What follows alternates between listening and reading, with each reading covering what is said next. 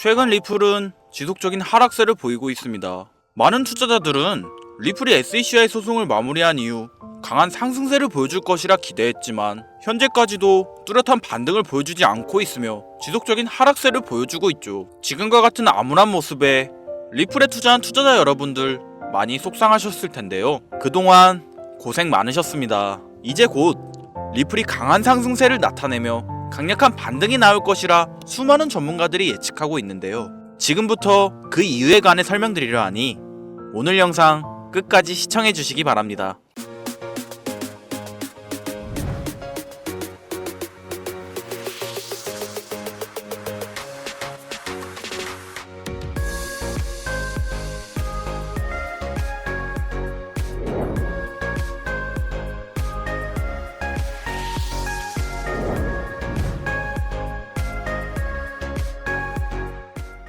백악관 관계자에 따르면 미국 연방정부 기관들은 각 기관이 보유한 암호화폐에 대한 감사 결과를 스콧 베센트 재무장관에게 보고해야 하는 기한이 얼마 남지 않았는데요. 이에 따라 연방정부는 각 기관이 보유한 암호화폐 내역을 4월 8일까지 제출해야 하는 행정명령을 진행하고 있습니다. 감사 결과에 따라 비트코인과 리플 등 트럼프 대통령이 지정한 전략적 비축자산 코인의 보유량이 공개된다면 이는 암호화폐에 대한 신뢰와 안정성을 회복하고 그동안 조정을 겪으며 하락세를 보였던 암호화폐 시장에 활력을 불어넣을 가능성이 높으며 특히 최근 코인 시장에서 투자 심리가 위축되어 조심스러웠던 분위기 속에서 이러한 변화는 투자자들의 심리를 회복시키고 강력한 반등을 이끌어낼 호재가 될 수 있습니다. 이뿐만 아니라 기술적인 관점에서도 리플은 곧 반등할 신호를 보내고 있습니다. 리플 차트는 최근 풀바디 캔들이 형성되고 있는데요. 풀바디 캔들은 강력하고 폭발적인 상승을 예고하는 패턴으로 리플의 기술적 지표는 강세 신호를 지속적으로 보내고 있죠. 4월 중순에 이 패턴이 완성될 예정이며 이는 곧 단기간 내 급격한 가격 상승을 예상할 수 있습니다. 또한 암호화폐 분석가 이그리그 크립토는 리플이 최근 3개월 동안 피보나치 1수준 이상에서 월간 종가를 기록했다고 분석했는데요. 이는 강한 매수세를 나타내며 리플의 가격이 2.56달러를 돌파할 경우 저항선 없이 5, 6달러까지 상승할 것이며 한두 달간의 조정기간을 가진 후 10달러까지 상승할 가능성이 있다고 예고하고 있습니다. 비록 리플의 가격은 최근 일주일간 3.6% 하락했지만 거래량은 증가하고 있고 이 거래량 증가 현상은 고래들의 대량 매집이 이루어지고 있음을 시사하고 있죠. 이는 강세 신호로 해석되는데 즉 현재 하락세가 일시적인 조정일 가능성이 높으며 리플의 가격은 2.56달러의 저항선을 돌파하지 못하면서 일시적으로 가격 회복이 멈춰있지만 현물 ETF 상장, 기관 투자자들의 추가 자금 유입, 그리고 오랜 기간 동안 억눌려온 가격 압축 등은 리플에 대한 잠재 랠리를 이끌어낼 것이고 이러한 요인들이 결합되면 리플은 다시 한번 강한 강세 모멘텀을 보이며 단기간 내 급격한 상승세를 보여줄 수 있습니다. 특히 ETF 상장을 통한 신규 자금 유입이 이러한 반등의 시발점이 될 가능성이 높은데요.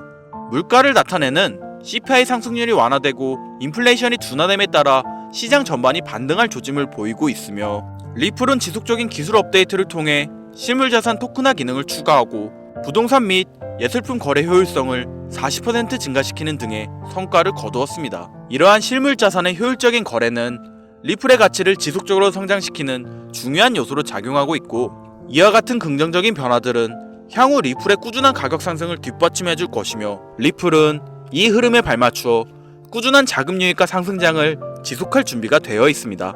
리플은 SEC의 소송 종료 이후 예상보다 긴 하락세를 겪고 있지만 여러 기술적 분석과 시장 동향을 고려할 때 향후 강한 반등을 보일 가능성이 높고 2.56달러의 저항선 돌파, 신규 자금 유입, 실물자산 토큰화 기능 추가 등 다양한 긍정적인 요소들이 리플의 상승을 뒷받침하고 있으며 이를 통해 리플은 다시 한번 큰 상승세를 맞이할 수 있을 것으로 보여집니다. 그렇다면 이러한 상승장의 예고 속에서 본격적인 상승의 시작을 알기 위해선 리플과 연관된 기관 세력들의 움직임을 잘 관찰해야 하는데 현재 리플과 관련된 기업 중 주가가 사상 최고치를 기록하고 있는 워렌 버핏의 이 기업이 있습니다. 버크셔 해서웨이라는 기업 많이 들어보셨죠? 버크셔 해서웨이는 세계적인 투자 지주 회사로 워렌 버핏의 회사로 매우 유명한 회사입니다.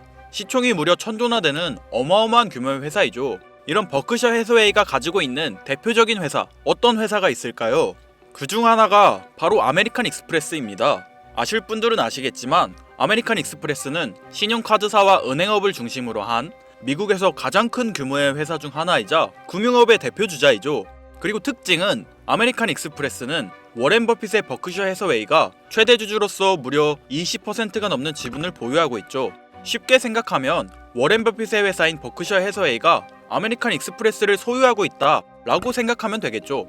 또한 뱅가드 그룹이 6.3%, 블랙록이 6.1%를 보유하고 있는 전망이 좋은 기업이라는 겁니다. 이런 아메리칸 익스프레스는 리플의 핵심 파트너입니다. 심지어 작년 8월에도 아메리칸 익스프레스는 송금을 위해 리플을 채택했다는 걸 알 수 있죠. 이 말은 바로 워렌 버핏의 회사인 버크셔 해서웨이가 소유하고 있는 아메리칸 익스프레스에서 리플과 협업을 하고 있다는 건 워렌 버핏과 리플이 밀접한 관계가 있다는 뜻 아닐까요? 리플은 기본적으로 스위프트 때문에 만들어진 코인이죠. 여기서 스위프트가 무엇이냐? 스위프트는 서로 다른 국가에서 무역을 할 때 사용되는 화폐가 다르기에 기준을 만들어서 국제 무역을 진행하는 것이 스위프트입니다.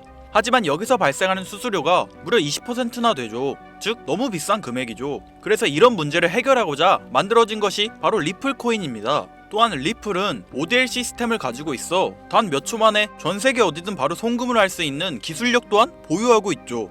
수수료와 속도, 이 두 가지를 모두 잡을 수 있다는 겁니다.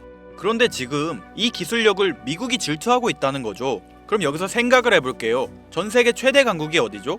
네, 미국이죠. 미국은 우스갯소리로 미국과 나머지 전 세계의 국가들이 전쟁을 펼쳐도 미국이 밀리지 않을 거라는 이야기가 있을 정도의 강대국입니다. 단적인 예로 미국의 2022년 국방비 순위를 보시면 미국의 국방비 금액이 2위인 국가부터 10위인 국가의 국방비를 합친 것보다 무려 23%나 많은 금액을 국방비로 쓰고 있다는 겁니다. 물론 이것만으로는 단순 군사력을 비교할 수는 없겠으나 이 정도로 엄청난 초강대국이라는 거죠. 이 이야기를 왜 하냐면 미국은 전 세계에 패권을 쥐고 있는 강대국이라는 겁니다. 단순히 군사력뿐 아니라 경제력으로도 말이죠. 요즘 시대는 힘으로 찍어 누르는 시대보다 자본주의 세상이기에 경제 패권이 엄청나게 중요하다는 거예요. 지금 전 세계 공용화폐로 쓸 수 있는 유일한 화폐는 바로 달러입니다. 하지만 이제는 세상이 많이 바뀌고 있어요. 언제부턴가 현물화폐보다 편리하고 안전하며 유동성마저도 뛰어난 암호화폐가 탄생을 하고 말았죠. 이 암호화폐가 탄생을 하고 오랜 시간이 지나지 않아 달러의 패권이, 달러의 입지가 조금씩 흔들리기 시작했고 지금은 수많은 암호화폐들이 달러의 자리를 위협하고 있는 상황입니다. 앞으로 암호화폐가 달러를 잡아먹게 된다면 미래의 미국은 전 세계의 경제 패권을 질 수가 없게 되죠. 그래서 어떻게 하고 있죠? CBDC, 센트럴 뱅크 디지털 커런시, 즉 중앙은행 디지털 화폐. 미국에선 이 CBDC를 이용해서 달러를 디지털화시킬 계획을 가지고 나왔다는 거죠. 하지만 CBDC를 발행하기엔 오랜 시간이 필요하기에 그 시간 동안 달러의 패권이 흔들릴 것이고 그리 된다면 달러의 입지가 위험해지고 경제 패권을 더 이상 쥘 수 없게 될지 모른다는 거죠. 그래서 미국의 바이든 정부는 암호화폐를 규제하기 시작했습니다. 수년간 암호화폐를 규제하고 압박을 했죠. 하지만 이제는 그게 더 이상 불가능해졌다는 거예요. 세상이 달라졌다는 거죠.